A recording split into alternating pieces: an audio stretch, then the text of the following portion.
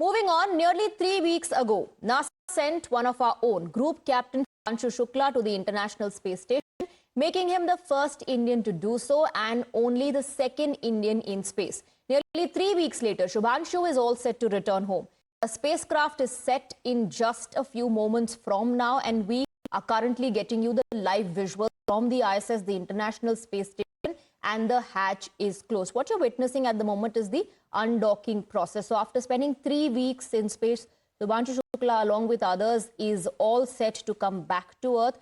In fact, during that farewell ceremony that happened, Shubhanshu Shukla once again described how India looks like from space, and said, India still looks better than everyone else. Sare jahan se acha. That's how he summed up his experience as well. Let me, in fact, go across to Arup Das Gupta, former Deputy Director, ISRO. We're also joined by Manish Purohit, former ISRO scientist. Let me first come to you, Mr. Das Gupta. In that farewell ceremony that we all witnessed, Shubhanshu said a very important thing. He said, you know, this 3-week journey may be getting over, but it has only begun for you and me, for the entire human race. It's going to be a challenging one, he said. That's true. In fact, this is our first step into putting an Indian in space. So the first step has been to essentially do a ride share, if I may say so. Then we will be having the Gaganyaan. We are hoping the Gaganyaan will be launched very soon, perhaps by the end of this year. And then, of course, that will not carry a Gaganaut. It will carry a robot called Vyomitra, which will be essentially monitoring all the aspects of the vehicle. And then next, most probably, we will be sending up an astronaut. So definitely, Shubhanshu Shukla's journey to space and return is the first step towards a much bigger human in-flight program for India. Absolutely. Let me, in fact, also go to Mr. Purohit. How would you want to sum up your feelings? 3 weeks in space. Shubhanshu Shukla, of course, is the second one to be in space, but the first Indian to spend that much time aboard the International Space Station. Actually, this particular mission of Shubhanshu Shukla, the Axiom-4, plays a very vital role in upcoming human space program of India. We are kind of, training our own Gaganaut, our own Gaganyatri, with a real in-place, in-person experience of going to the space, finding, understanding those, very finer details of the missions, how the things happen, everything. So it's like this particular mission of Axiom-4, it has been, there are two aspects of it. One is the experiments that we are doing for the in the space and the effect of microgravity in the space on human body and the nutrition that is required for the longer stay in the space. But more importantly, right now we have our own Gaganyatri as the pilot of this mission, understanding those finer details of space travel. That is very important. Absolutely. In fact, Arup Gupta, everybody is preparing for Shubhanshu's homecoming. If you could just take our viewers through, the visuals that are coming in live from the ISS of the undocking process. What are we actually looking at, and what next for Shubhanshu once he comes back? Well, right now what you're seeing in the visuals is the astronauts entering back into the Dragon capsule, and then there'll be the hatch closure. Then there will be exactly what happened during the incoming will happen in reverse. First, the hard lock will be released, then the soft lock will be released, then very slowly the Dragon capsule will move back from the space station to the waypoint 2, as they call it.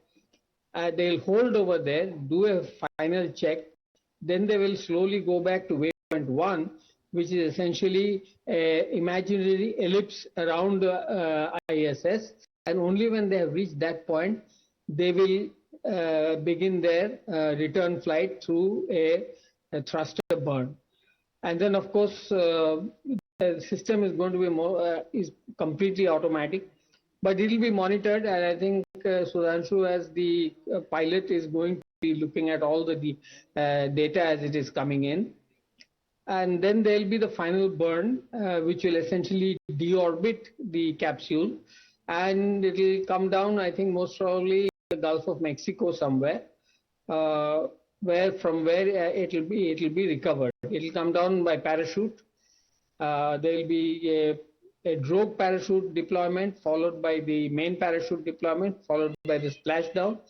Then the capsule is going to be given a very thorough washing because of the ablated material, because when the capsule is coming down through the atmosphere, it gets very hot and it has a heat shield which will be ablating, that is, will be melting, taking away the heat.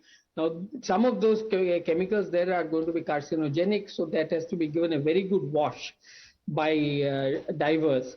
After that is done, then it will be lifted up by a crane and onto the ship. And once it is firmly fitted on the ship, then the process of hatch opening will happen. And after the hatch opening is done and the astronauts are seen to be in good health, they'll be taken out one by one. And there is a special chair in which they will have to sit because they have to find their land legs again, as they say. This is going to be roughly the kind of procedure, but it is going to take time. I think the undocking is happening at about 4:15 Indian Standard Time.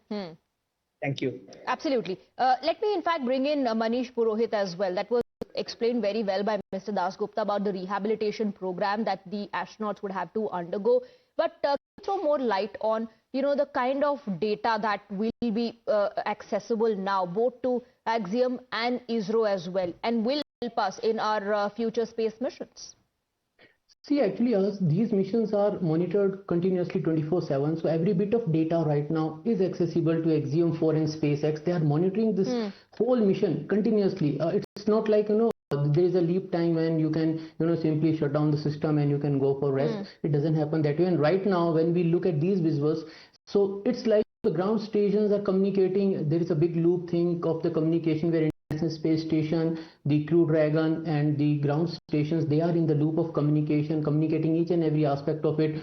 The Axiom for astronauts, they are well seated in their suit on the seats and they are waiting for, I think at around 4:30 they will be undocking. Once undocking happens, then with a slight nudge of springs, it will start moving at a very slow speed related to the International Space Station, around few centimeters per second. Then they will be firing thrusters for very small duration, 1.5 second, 1.5 second, like that, so that they have some slight relative velocity with the International Space Station. All these things, each and every aspect of it is continuously monitored. And the ground station, if in case they see something that is not going as per the plan and which we call off nominal, then they will be communicating that also. So it's like everything right now is under the surveillance, we can say. And there are multiple people who are, multiple experts who are right now understanding the data that is coming, and they will be continuously monitoring that until the splashdown and even after the splashdown. Well, everybody is on board the Axiom-4 spacecraft, the Dragon spacecraft, and what we're given to understand is that hatches have been closed. Dasgupta, 41 years back, Rakesh Sharma was the first Indian to reach space. Shubhanshu Shukla, second one, but the first one to spend so much time on the International Space Station. It also speaks volumes about India's journey, isn't it? Yes, it does. It does. When Rakesh Sharma went up, then our Indian Space Research Organization was really very young and hadn't really thought very seriously about the human in space kind of program. We were more worried about things which space could do for India in terms of, communication, satellite communication, in terms of satellite broadcasting, in terms of satellite Earth observations and so forth. So that really took away much of our time. And one thing to remember is that the budget that was available to ISRO had to be taken into account with the rest of the demands for the development of India in general. So these budgets used to be very modest, and because of that, somehow we have got a reputation that ISRO can do things in a very tight budget. Yes, it can, as the Mars mission has shown, and even the Chandrayaan mission has shown. But the point is, as we have progressed, then it comes a time when you want to look at new, new horizons, new challenges to conquer. And therefore, Shubhanshu Shukla's flight, I would say, is really the second step that has been taken by ISRO and India towards the final goal of, putting a man in space, putting up a Bharat space station, and then using that staging to a man on the moon, and maybe perhaps a Indian base station on the moon. So all this is going to now happen.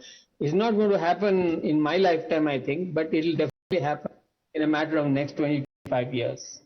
Well, it will be a proud moment as long as it happens for ISRO, for India. Mr. Purohit, how will this strengthen ISRO's position, India's position, not just in being self-reliant, and the world has acknowledged that, like Mr. Das Gupta was just talking about, but as a competitor in the global space race? See, actually, if we talk about the space race, rather now the present term that is more being used is space economy. The different opportunities that are up there to grab, and right now ISRO and India are planning pretty well for that. See, actually, recently India has adopted new space policy, under which we have opened up commercial branches also, which facilitate the commercial launches. We have NSIL, New Space India Limited. We have InSpace that helps and nurture the startup ecosystem in India. And then we have ISRO, that is the main, the root of the big tree that is going to, nurture all those startups and everything and bear the fruits. So, see, the thing is, the vision is that this whole big economy is going to be $1 trillion economy by 2030. And ISRO, rather India, aims to capture around 7 to 8% of that particular part. So that's what the aim is right now. And that ISRO, rather India, knows that just with ISRO, it will be a little difficult. So that's why the startups are being nurtured. There are so many brilliant startups are coming up in India for different aspects of, there are two streams. One is called upstream, means the launch services, the design of engines, the launch vehicles. And then there is one downstream, means the data that comes from the satellites, which is processed, and then that data becomes a kind of the more value addition happens to the data, and that is like 60 to 70% of the market is going to be of that data. Right. So we are moving towards that particular aspect with space tourism, with the international Bharatiya Antariksh Station, with India on the moon, all these big missions going to the Venus also. We have Shukriyan, we are again planning to go back to the Mars. So the plate is full for ISRO, and we are planning something really good for upcoming challenges. All right, Mr. Das Gupta and Mr. Purohit, thank you very much for speaking with us and for putting your perspective forward. We're moving on.